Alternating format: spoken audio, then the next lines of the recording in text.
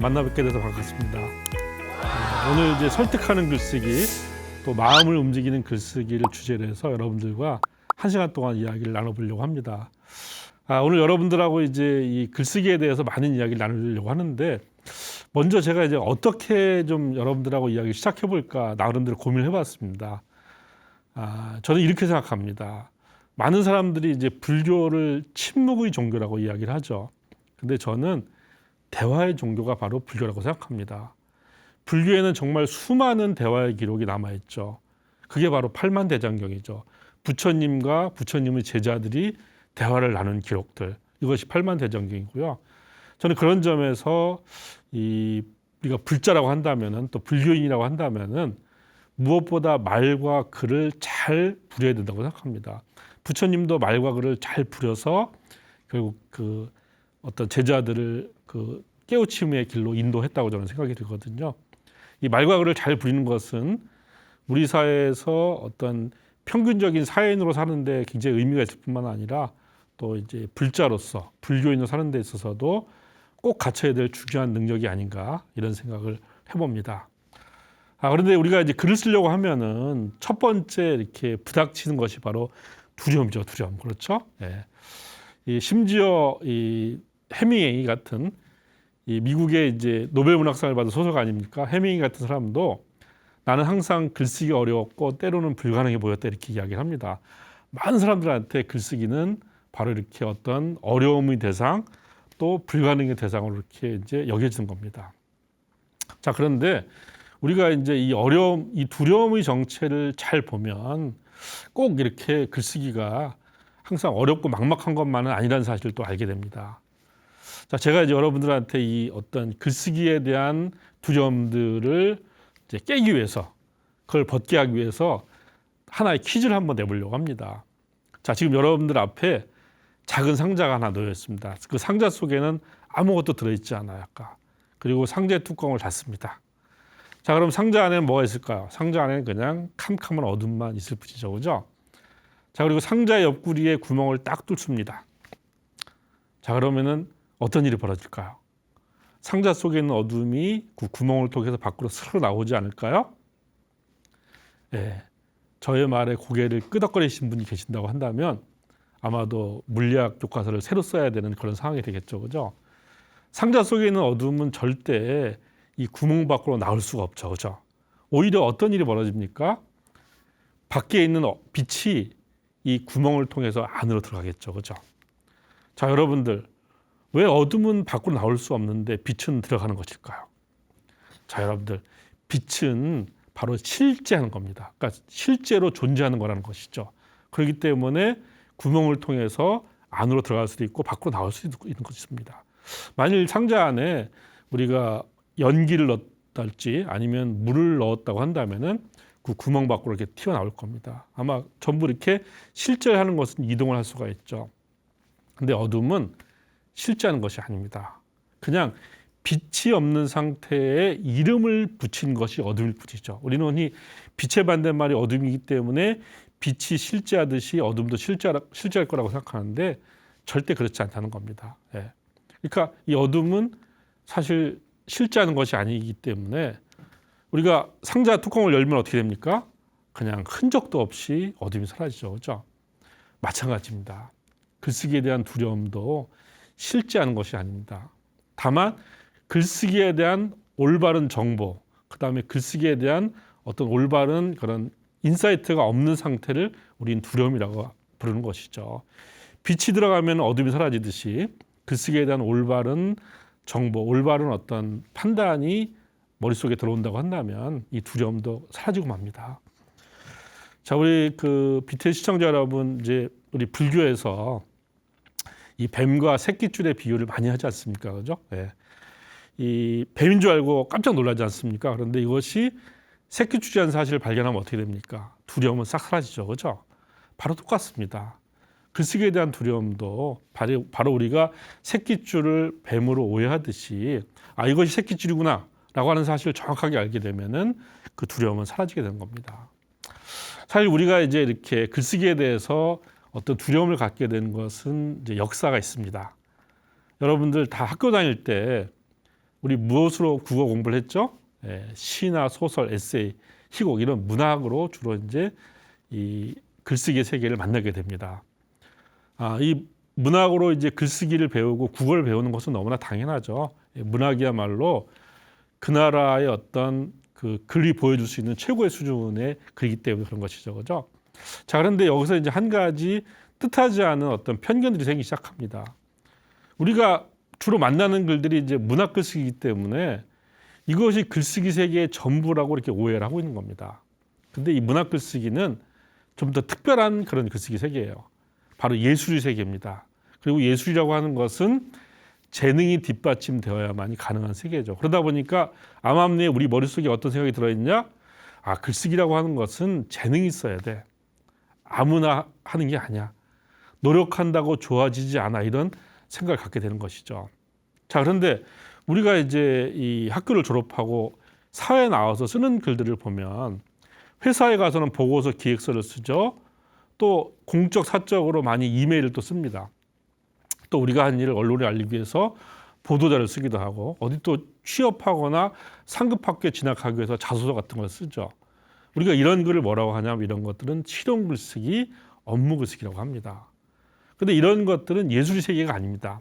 이거는 그냥 기술의 세계죠. 여러분들 예술의 세계와 기술의 세계의 차이는 뭘까요? 예술의 세계는 되풀이할 수 없어요. 그러니까 비반복성이 특징입니다. 근데 기술의 세계는 반복할 수 있어요. 어떤 법칙과 매뉴얼에 따라서 계속 되풀이할 수 있는 것이 바로 기술의 세계죠. 자, 그렇기 때문에 우리가 사회에서 나와서 이 살아가는 데 필요한 글쓰기들은 재능을 요하지 않습니다. 이것은 시간과 노력을 들여서 바로 이 매뉴얼과 법칙을 잘 이해하면 누구나 평균적 이상의 글을 쓸 수 있는 것이 바로 이 업무용 글쓰기, 실용 글쓰기 세계인 것이죠. 자, 그래서 우리는 어떻게 고쳐서 이야기해야 되느냐? 글은 누구나 잘 쓸 수 있어. 법칙과 매뉴얼을 안다고 한다면 우리 삶을 경영해 나가는데 우리 삶에 필요한 그런 글쓰기를 할 수 있다라고 하는 이런 말로 저는 바꿔서 여러분들한테 전하고 싶습니다. 자, 그래서 실용 글쓰기는 문학 글쓰기가 아니고요. 공식 매뉴얼 패턴 이런 법칙을 잘 알면은 누구나 도달할 수 있는 세계죠. 저는 이제 이 글쓰기를 배우는 것을 운전면허 따는 것하고 비슷하게 생각합니다. 여러분들 이 운전면허도 다 이렇게 사실 공식으로 배우지 않습니까? 그죠? 예. 근데 운전면허 한번 따면 어떻게 됩니까? 평생 운전할 수 있잖아요. 그죠? 마찬가지로 글쓰기도 우리가 이 매뉴얼 공식으로 배울 필요가 있습니다. 그리고 이렇게 한번 배워놓으면은 평생 운전할 수 있는 것처럼 평생을 우리가 이 글을 쓸 수 있는 것이죠. 자, 그래서 여러분들 이제 이런 글쓰기의 매뉴얼 공식에 대해서 여러분들하고 이야기할 텐데요. 오늘 이제 그 공식 가운데서 가장 대표적인 이제 몇 가지를 갖고 여러분들하고 이야기를 나누려고 합니다. 자, 첫 번째는 바로 이제 구성에 대한 이야기입니다. 우리 이제 이 동양 문화권에서는 이 글을 잘 쓰려면 세 가지를 많이 해야 한다고 이제 이야기를 합니다. 바로 이제 중국 송나라의 정치가 겸 문인인 구양수의 3다를 이제 일컫는 말이죠. 첫 번째, 다독, 많이 읽어야 된다. 두 번째, 다작, 많이 써야 된다. 그 다음에 마지막으로 다상량, 많이 생각해야 된다라고 이제 이야기를 합니다. 너무나 당연한 이야기고, 아니 뭐 이렇게 하면 당연히 글 잘 쓰는 거 아니야 이렇게 생각할 수 있겠죠, 그죠? 근데 저는 이제 다독, 다작, 다상량 이 세 가지를 단순하게 많이 하는 것만으로는 그러니까 글쓰기가 절대 좋아지지 않는다는 얘기를 여러분들한테 드리고 싶습니다. 네. 하나하나 살펴볼까요? 자, 여러분들 이제 우리가 책을 참 한 권 읽기가 쉽지가 않습니다. 예. 더구나 어떤 직장 생활을 하고 또 어떤 자기 생업이 있는 사람들은 정말 한 달에 한 권 책 읽기도 어렵죠, 그죠? 예. 자, 그런데 책을 한 권 다 읽고 나면 여러분들 도대체 뭐가 남습니까? 예. 대체로 뿌듯함이 남을 뿐이죠, 그죠? 예. 고생해서 읽었는데 사실상 남는 게 별로 없습니다. 예. 그러니까 독서라고 하는 것은 이렇게 좀 어찌 보면은 별로 생산적이지 못한 그런 일일 수 있죠. 자, 그런데 이제 어떤 사람은 뭐 이렇게 얘기를 합니다. 콩나물 키우기하고 비슷하다고. 콩나물 실에 물을 부으면 어떻게 됩니까? 물이 쭉 빠지죠? 그렇지만 남아있는 습기가 이제 콩나물을 키우지 않습니까? 이렇게 남는 게 없는 것 같아도 우리의 생각들을 깊게 하고 또 지식을 넓게 하는 이런 작용을 한다고 합니다. 자, 그런데 사실 그렇게 따진다고 하더라도 이 별로 남는 게 없죠, 그죠? 근데 왜 남는 게 없는 걸까요? 그거는 이제 모든 사람에게 그냥 다 해당되는 이야기가 아닙니다. 우리는 무언가 한 가지를 빼놓고 읽고 있기 때문에 그냥 뿌듯함밖에 남지 않는 겁니다. 자, 두 번째 볼까요? 자, 무조건 많이 쓰면 잘 쓸 수 있을까요? 여러분들 혹시 수영을 해보신 적 있나요? 예. 이 수영을 할 때 무엇보다 중요한 게 뭡니까? 예, 바로 수영을 하는 자세, 바로 영법입니다. 이 수영을 하는 자세를 정확하게 배우고 이 수영을 해야만이 수영 실력도 늘고 또 운동 효과도 좋아진다고 합니다.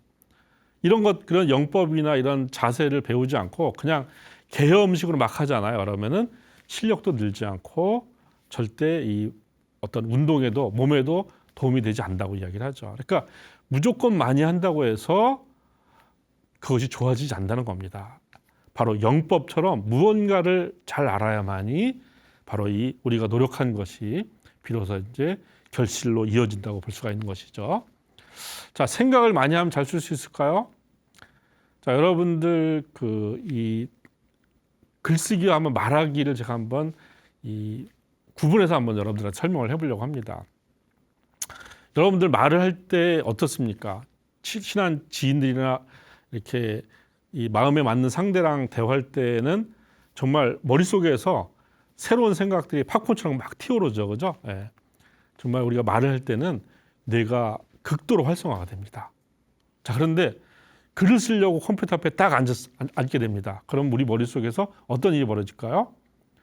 머릿속이 하얘지죠, 그죠? 뇌가 극도로 비활성화됩니다.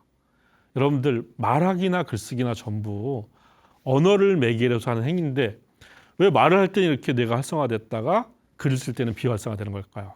그 이유가 도대체 뭘까요? 바로 여기서 바로 이제 어떤 글쓰기의 특징이 담겨져 있는 것이죠. 자, 여러분들 생각과 말 사이에는 필터가 없습니다. 그러니까 생각한 대로 다 말을 해도 발화를 해도 큰 문제가 없죠. 그렇기 때문에 말을 하면 할수록 생각이 막 이렇게 솟아나는 그런 일들이 벌어지는 것이죠. 자, 그런데 생각과 글 사이에는 필터가 있습니다.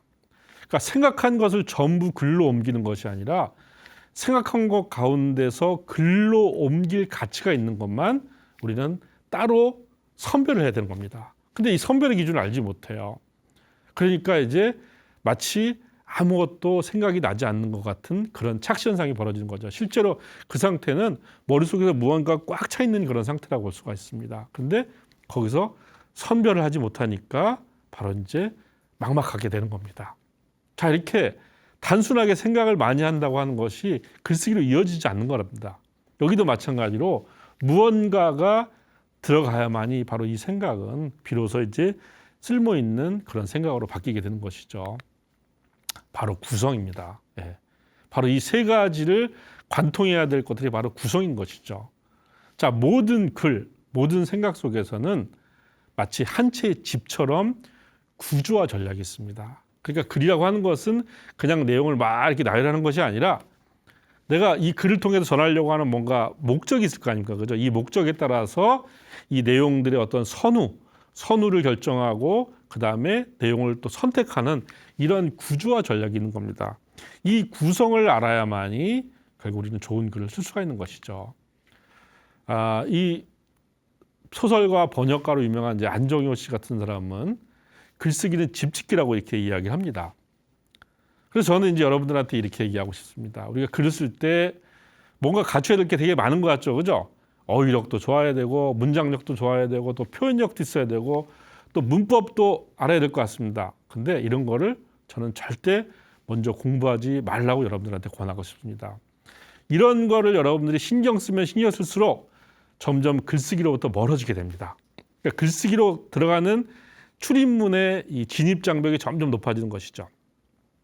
여러분들은 이런 것에 그러니까 시간을 쓰지 말고 구성을 배우면 글을 계속 쓸 수가 있습니다. 그리고 글을 계속 쓰면은 저절로 어휘력, 문장력, 표현력, 문법이 좋아지게 되는 겁니다. 바로 이 구성에 대해서 여러분들하고 같이 이야기를 하려고 합니다. 구성이라고 하니까 되게 막연해 보이죠, 그죠? 그런데 여러분들 사실 우리 구성을 다 배운 적이 있습니다. 학교 다닐 때. 자, 3단 구성, 서론, 본론, 결론, 4단 구성, 기승전결, 5단 구성, 발단, 전개, 위기, 절정, 결말. 자, 이렇게 얘기하니까 여러분들 다 기억이 나시죠? 그죠? 예. 자, 여러분들 학교 다닐 때 이 구성을 배워서 뭐에 써먹었습니까? 예. 시험 볼 때 써먹었죠. 그죠? 딱 이 예문 내주고 다음 예문은 구성의 어느 부분에 해당됩니까? 이렇게 딱 사지선다형 문제 이렇게 딱 좋지 않습니까? 우리 이렇게 이 구성을 써먹었죠. 근데 시험 보기에서 구성을 써먹는 건 구성을 배운 건 아닐 거 아닙니까? 그죠? 사실 구성은 올바르게 독서하고 올바르게 생각하고 올바르게 글을 쓰기 위해서 배운 건데 안타깝게도 우리는 이것을 이 구성을 거기에 연결시켜 보지 않았어요. 그러다 보니까 구성의 원리를 다 알고 있음에도 불구하고 우리의 글쓰기는 늘 이렇게 뭔가 이 길을 찾지 못하고 헤매는 거라고 보여집니다. 저는 바로 이런 이 구성을 우리 학교 때 배웠던 구성을 글쓰기로 연결할 수 있는 이제 이런 방법들을 여러분들한테 설명을 드리려고 합니다. 자, 3단, 4단, 5단 이렇게 나눠져 있지만 이것은 하나의 구성에 대한 그냥 세 가지 버전이라고 보면 됩니다. 자, 서기, 발단, 시작을 해야 되죠. 결결, 결말, 마무리를 해야 됩니다. 가운데를 하나로 보느냐, 두 개로 보느냐, 세 개로 보느냐의 차이만 있는 것이죠. 그러니까 글이라고 하는 것은 시작을 하고 그 다음에 중간을 이어가고 마무리를 하는 지극히 단순한 구조를 갖고 있다는 것이죠. 근데 그냥 시작, 중간, 마무리를 안다고 해서 글쓰기가 되는 건 아니죠. 그죠? 이걸 글쓰기로 연결하려면은 자, 시작의 특징은 무엇일까? 중간의 특징은 무엇일까? 마무리의 특징은 무엇일까? 바로 이 각각의 어떤 이 구성 요소의 특징들을 알아야만이 우리가 글쓰기 활용할 수가 있는 겁니다. 자, 여러분들 시작은 뭘까요? 자, 시작은 한마디로 피싱, 낚시입니다. 시작에서 우리는 독자의 관심과 흥미를 낚아채야만 되는 겁니다. 왜 그런 걸까요? 자, 여러분들이 그러니까 신문이나 책을 읽을 때 습관을 보면은 금방 제 말이 이해가 될 겁니다. 여러분들 신문 읽을 때 뭐 보고 기사 선택합니까? 제목 보고 선택하죠. 그죠? 헤드라인이 끌리는 걸 보고 그 기사를 읽습니다. 그리고 그 기사를 읽고 한 30초 정도 지나면 여러분들 머릿속에서 어떤 일이 벌어지나요? 이거 끝까지 읽어야 돼? 말아야 돼? 갈등 생기잖아요. 그죠? 근데 어떤 글은 끝까지 읽게 되고 어떤 글은 읽다가 중간에 포기하고 말죠. 다른 글로 넘어가 버리죠. 바로 이것을 그러니까 이렇게 끝까지 읽게 되거나 아니면 중간에 포기하게 되는 이 갈림길을 좌우하는 게 뭘까요? 그게 바로 그 글의 임팩트입니다. 예. 주로 이 임팩트는 두 가지 측면에서 나타나는데 하나는 야 이거 정말 중요한 거야. 나한테 필요한 거야. 바로 이 중요라고 하는 게 하나가 있고 또 하나는 야 이거 정말 재밌네. 바로 흥미라고 하는 관점이 있습니다. 그러니까 중요하거나 흥미롭거나 무언가 독자한테 강한 임팩트를 주어야만이 나의 그런 독자한테 선택을 받는 겁니다. 그냥 사람들이 읽기 시작하면 자동으로 끝까지 읽게 되는 게 아니라는 것이죠. 실제로 이제 학자들이 한번 분석을 해봤습니다. 그랬더니 독자들은 어떤 글을 읽을 때 30초 안에 그 글의 임팩트, 매력을 느껴야만이 3분간 집중할 수 있고 또 3분간 집중해야 30분간 지속적인 관심을 가질 수 있다고 합니다. 여러분들의 글이 누군가한테 3분간 집중을 받거나 30분간 지속적 관심을 갖기 위해서는 우리 어떻게 됩니까? 바로 최초의 30초인 바로 시작 부분에서 바로 임팩트를 만들어야 되는 것이죠. 바로 독자의 관심 흥미를 낚아채야 되는 겁니다. 우리는 그냥 한가하게 시작하는 것이 아니라 독자가 이 글을 끝까지 읽게 만드는 알리바이를 바로 이 시작 부분에서 만들어내야 되는 것이죠. 자, 또 중간은 무엇일까요? 자, 중간은 바로 리즈닝, 근거라고 할 수 있습니다. 자, 우리 시작을 했으면 독자에게 관심 흥미를 낚아챘다고 한다면 그거에 합당한 근거를 제시하는 겁니다. 근거에는 여러 가지가 있겠죠. 어떤 사실, 사례, 통계, 인용, 비유, 논리 이런 다양한 방법으로 근거를 제시하는 겁니다. 가끔 이제 우리가 이 인터넷 뉴스에 보면은 이 낚시성 제목 기사를 보게 되죠, 그죠? 제목에 끌려서 딱 들어가 봤더니 안에는 허당인 기사를 만나게 되죠. 이건 뭐냐면 바로 피싱은 했지만 근거를 제시하지 못하는 글이 됩니다. 이런 글 보면 어떻게 됩니까? 아, 이거 속았구나. 그냥 이 글에 대한 신뢰도가 와장창 무너지죠, 그죠? 예. 바로 우리는 중간에서 바로 이런 다양한 어떤 방법을 통해서 근거를 제시하는 겁니다. 자, 마무리는 뭘까요? 마무리는 단순하게 그 글을 이렇게 정리하는 게 아닙니다. 마무리에서 우리가 해야 될 일은 뭐냐면 이 글을 읽은 사람에게 생각의 변화, 행동의 변화를 줄 수 있는 메시지로 끝나야 되는 것이죠. 그래야만이 우리 글은 비로소 그 사람의 어떤 뇌리 속에서, 그 사람의 마음 속에서 살아남게 됩니다. 자, 이렇게 우리는 피싱을 하고 그 다음에는 리즈닝을 제시하고 메시지를 던지는 바로 이런 방식으로 글을 전개해 나가야 되는 겁니다. 이걸 제가 이제 앞에 이니셜을 따봤습니다. 피레미. 여러분들 피레미 아시죠? 네. 이 주로 민물에서 이 물살을 거슬러 올라가면 이렇게 살아가는 그런 작고 임차한 물고기를 여러분들 떠올리시면 좋을 것 같습니다. 아, 그런 피싱을 해야 돼. 그 다음에 근거를 제시해야 돼. 마지막에 메시지를 던져야 돼. 이렇게 여러분들은 바로 글쓰기의 원리를 생각하면 좋을 것 같습니다. 자, 여러분들 이제 이 지금 보시는 예문이 있습니다. 이 예문을 보면요, 이 예문에서 이제 시작을 이렇게 시작을 하고 있습니다. 이 글을 쓴 사람은 이 영국의 케임브리지 대학교의 경제학과 교수를 맡고 있는 바로 장하준 씨입니다. 이 장하준 씨가 나쁜 사마리아인들이라고 하는 글 속에서 이렇게 시작을 하고 있습니다. 자기한테 6살 나는 아들이 있는데 그 아들에게 생활비를 벌어오도록 해야겠다, 이렇게 시작을 하고 있습니다. 여러분들 충격적이지 않습니까? 6살 난 아들한테, 더구나 이 세계적인 명문대학의 경제학자가 돈을 벌어오게 해야겠다라고 이렇게 주장을 하는 겁니다. 자, 우리는 그걸 보면서 어떤 생각이 드나요? 야, 이 사람이 도대체 무슨 생각으로 이렇게 이야기할까? 이 의문이 풀리기 전까지는 이 글을 읽는 것을 중단할 수가 없죠, 그죠? 네. 바로 강력하게 바로 피싱을 하는 겁니다. 자, 그리고 이제 두 번째 보면은 왜 자기가 6살 아들 진규한테 돈을 벌어오게 해야 되는가에 대한 근거를 제시하고 있습니다. 자, 아이가 돈이 중요한 줄 모르기 때문에 돈이 중요한 줄을 알 수 있도록 해줄 수가 있고, 또 부모가 자기를 보호해주는 것에 대해서 또 고마움을 느끼게 할 수가 있고, 그 다음에 생산적인 인간이 될 수 있고, 그 다음에 이 미래 아이 발전에 더 많은 도움이 되고 힘든 일을 감당할 수 있는 정신력을 갖추게 된다. 이렇게 다양한 근거를 제시하고 있습니다. 자, 우리는 그렇지만 그런 근거를 들으면서도 이 장하준 씨의 생각에 동의할 수가 없죠, 그죠? 그래서 세 번째 이렇게 시작합니다. 세 번째 분단에 보면은 내게는 여러분이 나를 보고 미친 사람이라고 욕한 소리가 들린다. 여러분들, 좋은 글은 독자와 대화를 하는 글입니다. 독자가 이 글을 읽으면서 이 느끼고 있는 그런 지점들 있죠. 그런 어떤 생각의 변화, 감정의 변화들을 알아채줘야 됩니다. 자, 내가 이렇게 얘기했지만 너희들은 이거에 대해서 전혀 승복할 수 없지 하고 딱 얘기를 하는 겁니다. 그러면서 자신이 2번에서 제시한 근거에 대한 반박 근거도 제시합니다.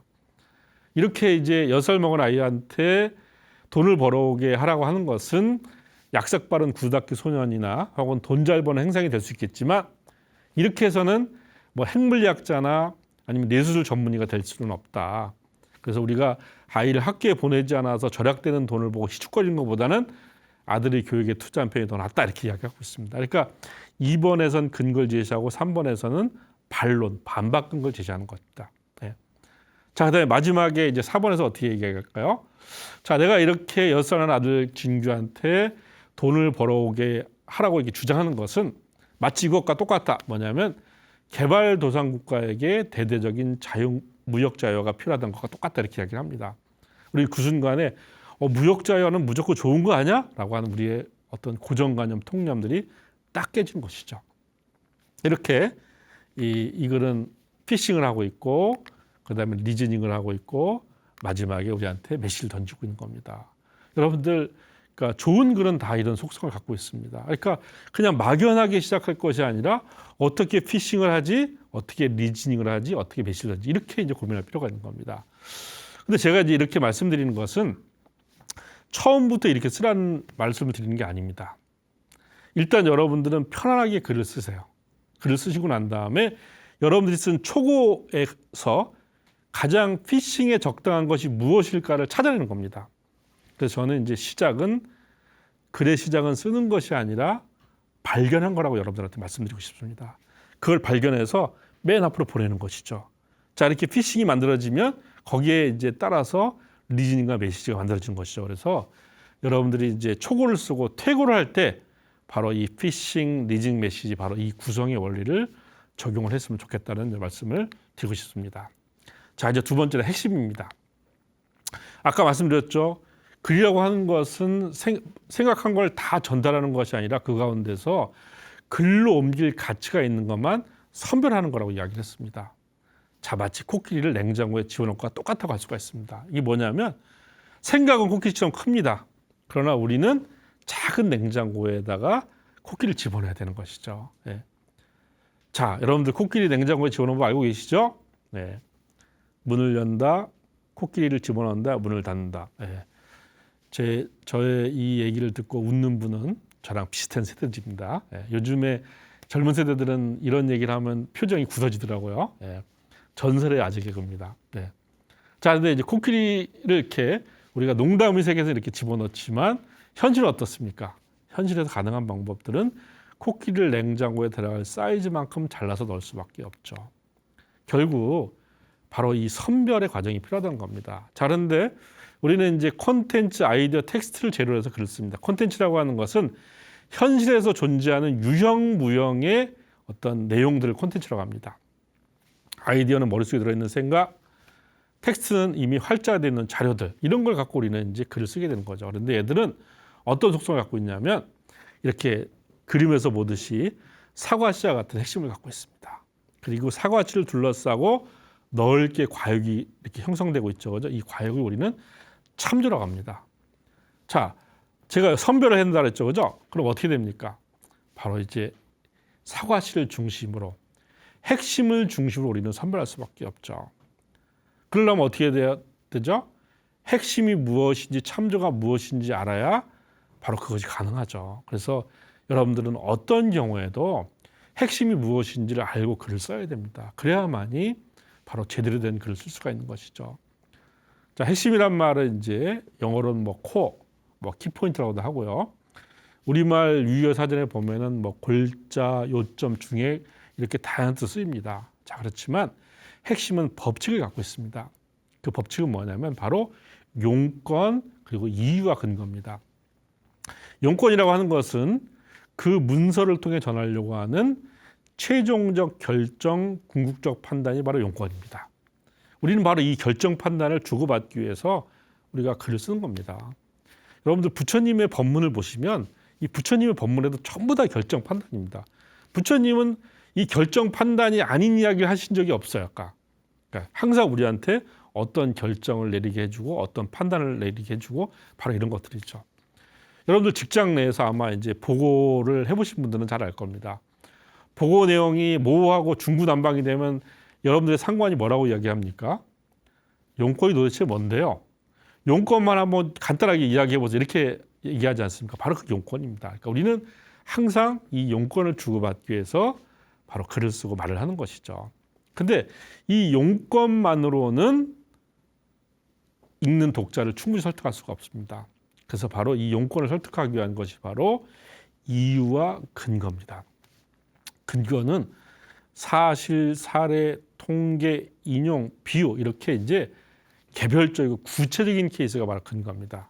그리고 근거가 많잖아요. 그러면은 이걸 이렇게 비슷한 것끼리 이렇게 이제 묶어주는 것이죠. 추상화 보편화는 바로 이유, 바로 논리 개념 추론이 바로 이유입니다. 이렇게 우리는 이유와 근거로 용건을 설득하는 방법들을 배울 필요가 있습니다. 자, 여러분들 이거는 이제 한편의 또 칼럼입니다. 배달앱 셀카봉의 슬픈 이메일이라는 칼럼인데 이런 칼럼 속에서 어떻게 이제 용건, 이유, 근거가 나타나는지 한번 또 살펴보도록 할게요. 자, 이 글에서는 도대체 어떤 결정의 내용, 어떤 판단의 내용을 전하려고 하는 걸까요? 자, 여기는 보시면 디지털 사회가 됐기 때문에 사람들 간에 어떤 말을 하기가 더욱 어려워지는 단절 시대가 찾아왔다고 하는 게 바로 이글의 용건입니다. 그러니까 디지털 사회가 되어서 소통을 강조하는데 오히려 말하기가 더욱 어려워졌어. 이런 결정 내용, 판단 내용을 전하기 위해서 바로 이 글을 쓴 겁니다. 여러분들이 이것만 들었다고 쳐보세요. 야, 디지털 사회가 돼서 요즘에 사람들하고 말하기가 정말 어려워졌어. 소통이 잘 안 돼. 자, 이런 얘기를 들으면 여러분들 어떤 생각이 드나요? 그런가? 맞는 말 같기도 하고 아닌 것 같기도 하고. 그렇죠? 자, 이렇게 용건만 전하면 이제 요 정도 수준에서 사람들이 이제 이해를 하죠. 자, 그런데 바로 이 용건을 설득하는 게 뭐냐면, 자, 배달앱 때문에 전화 통화를 하지 않고도 손가락 터치만으로 음식 배달할 수가 있어. 셀카봉 때문에 사진 찍어달라고 하지 않고도 사진을 찍을 수 있어. 자, 이 두 가지 근거를 들으면 어떻습니까? 아, 맞네. 정말 그러네. 정말 우리가 이 배달앱이나 셀카봉 같은 디지털 기기 때문에 말이 사라지고 있네. 금방 알게 되죠. 그죠?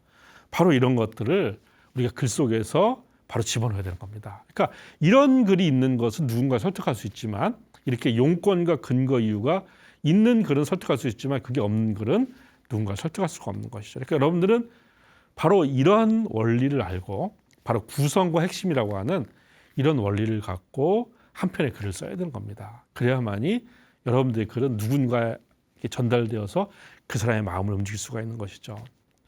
부처님의 말은 글이 되었고, 그 글이 2500년 동안 수없이 많은 사람들의 마음을 움직였지 않습니까?